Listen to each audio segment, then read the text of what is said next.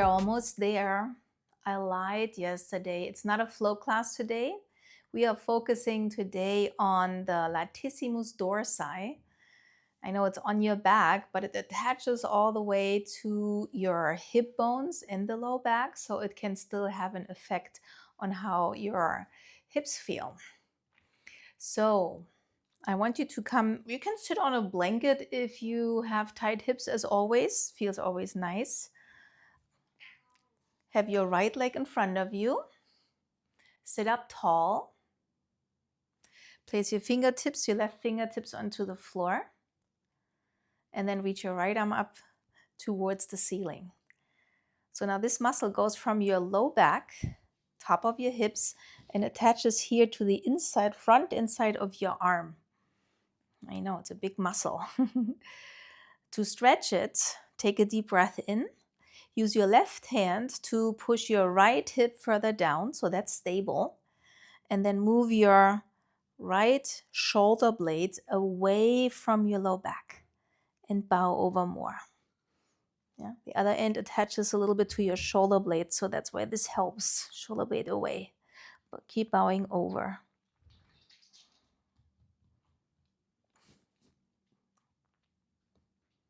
Inhale back towards the center.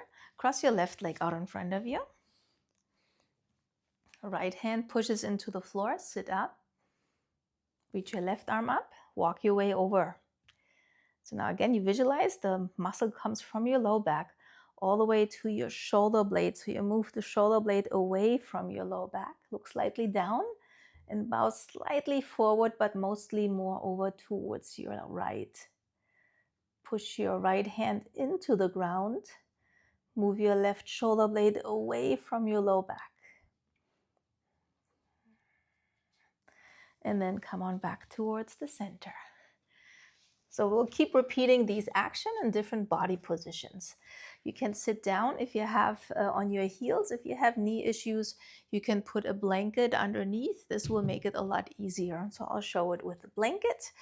As you're sitting on your heels, walk your torso diagonally over towards your left. Walk your right hand away from you so you can bow more forward.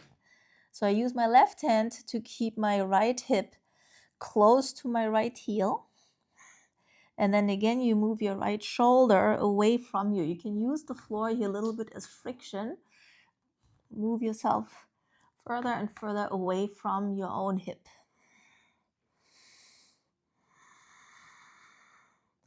Lower down your right rib cage a little bit.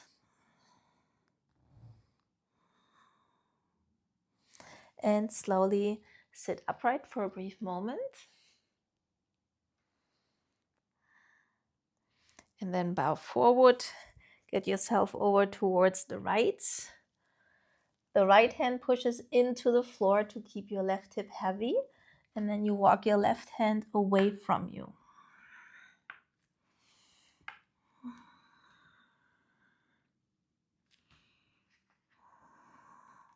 Move your left rib cage slightly down towards the floor. And one more time, see if you can find a little bit more length in your left side body. And slowly come on out. Remove the blanket if you used it. Supervisors in the house. Am I doing good? Not impressed. All fours. Come to downward facing dog. Push your right heel towards the floor. Your left leg stays bent. Inhale, bend both knees. Exhale, left heel down. We just need a little length in the back of the legs for the next poses to come. Right heel down. Bend the knees. Left heel down. Come down to your knees. For a brief moment, just come up high in your fingertips just to get off the wrists for a moment. Palms back down. Back to downward facing dog. Move your feet a little further apart from each other. Lift your hips as high up as you can and let both heels come to the left.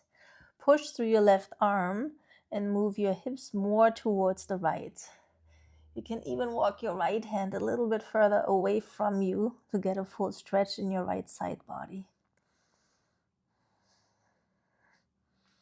Come on back to the center, align your hands, butt up, and then heels over towards your right. Push through your right arm to lift your hips up higher, and then extend through the left side.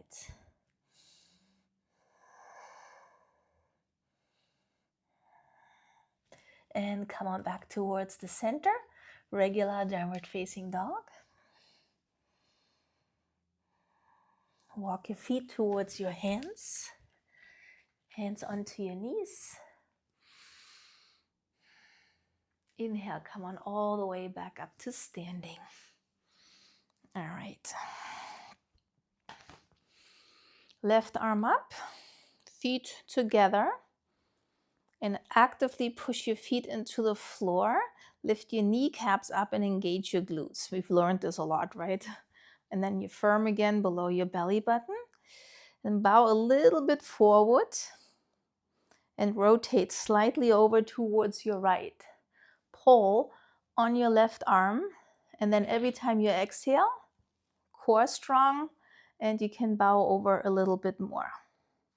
Strengthen your core, bow over more.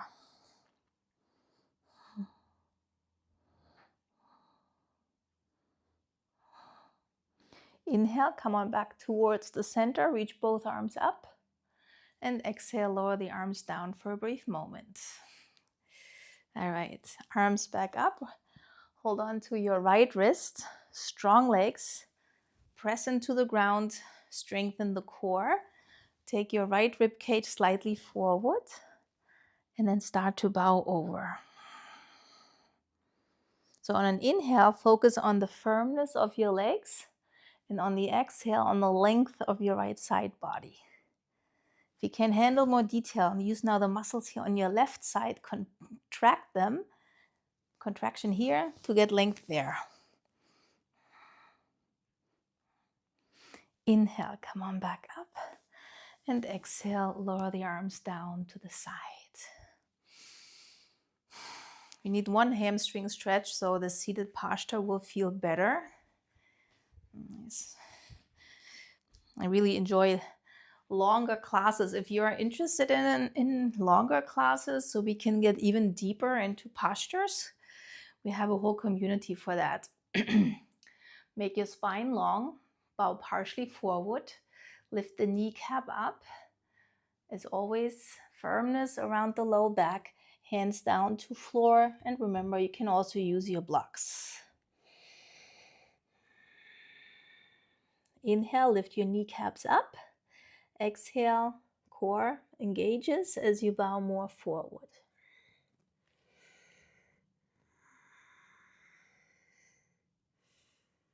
Look up halfway, bend your front leg, hands to your hips. Inhale, come on up to standing. Step forward. Take your right leg back. Parsvottanasana. You square your hips. Lift the kneecap. We've done this on day 3, I think. So all these hamstring stretches. You might be familiar with the actions. So you want to tilt at the hips, but always make sure it comes with the exhale so you can start engaging the core before you decide to bow more forward. To protect the lumbar spine. That's all there is.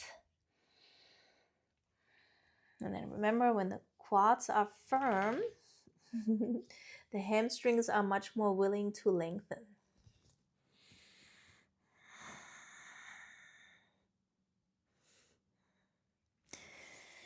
Inhale, look up halfway, bend your front knee, step forward, reach your arms up over your head, and exhale, arms down to the sides. So on this one, you need a block. But if you have tight hips, you may need to sit on a blanket instead and skip the block. So you will know right away or very soon. I'll show you how to set it up, and then you can make your decision. So nice. So if you like, oh my God, I can't even sit upright, you remove the block and elevate your hips, and then life becomes enjoyable again. But I want to show it with the block here because it's a good one. So the block here in line with the center of your hips. Flex your foot. And you can use the block here at the front to help you to sit up tall. Push your right heel and right knee strongly into the floor and move this knee down to the ground. So this is fairly complex posture. So this in itself is pretty good already. So now how to get into the lower part here. You start twisting towards your straight leg. You can stay upright. Some of you might be able to get the elbow a little closer into the sole of your left foot. And then you can twist more, and then you got to start feeling it a little bit more here. Also, a muscle called the QL muscle is being stretched, also attaches to your hip. Something good is happening.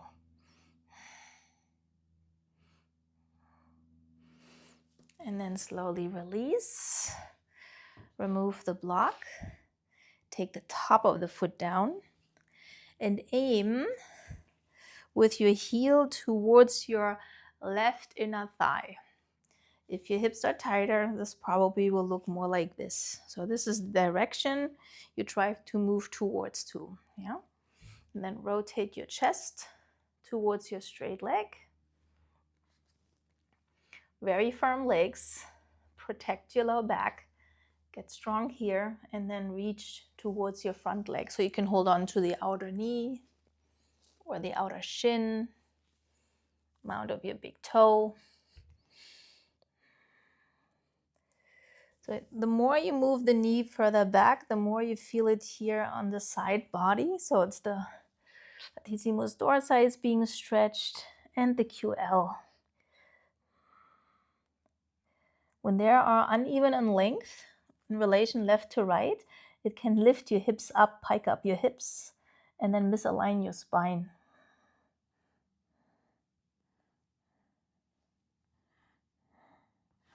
And slowly make your way back up. Straighten out the leg. Place your fingertips behind you and lift your chest. Look up.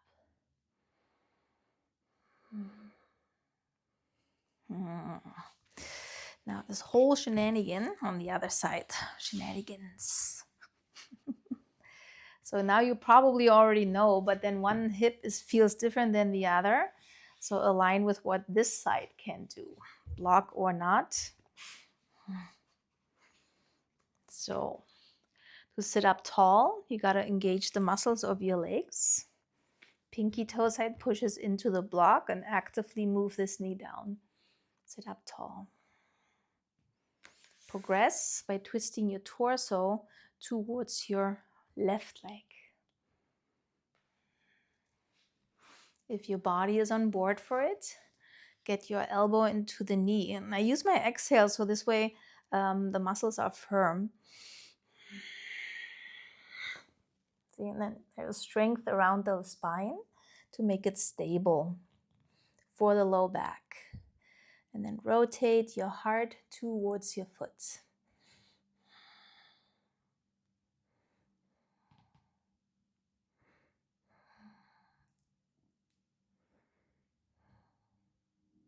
Slowly come on back out. Remove the block. And pull the knee all the way towards your hip. So I forgot to say it on the first side because I remember it's my leg. So I have a meniscus tear here, so these postures feel sometimes tricky in the bowing forward part. So if you move your foot a little bit away from your hips, it's not so tight on the knee.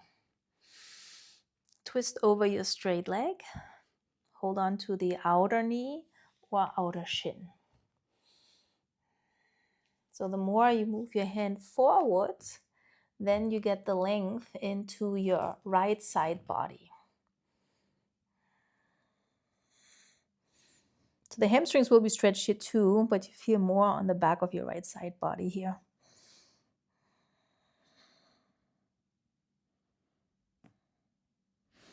And make your way back out. Usually you feel a little taller after these ones. Straighten out your legs, lift your chest, curl back a little bit.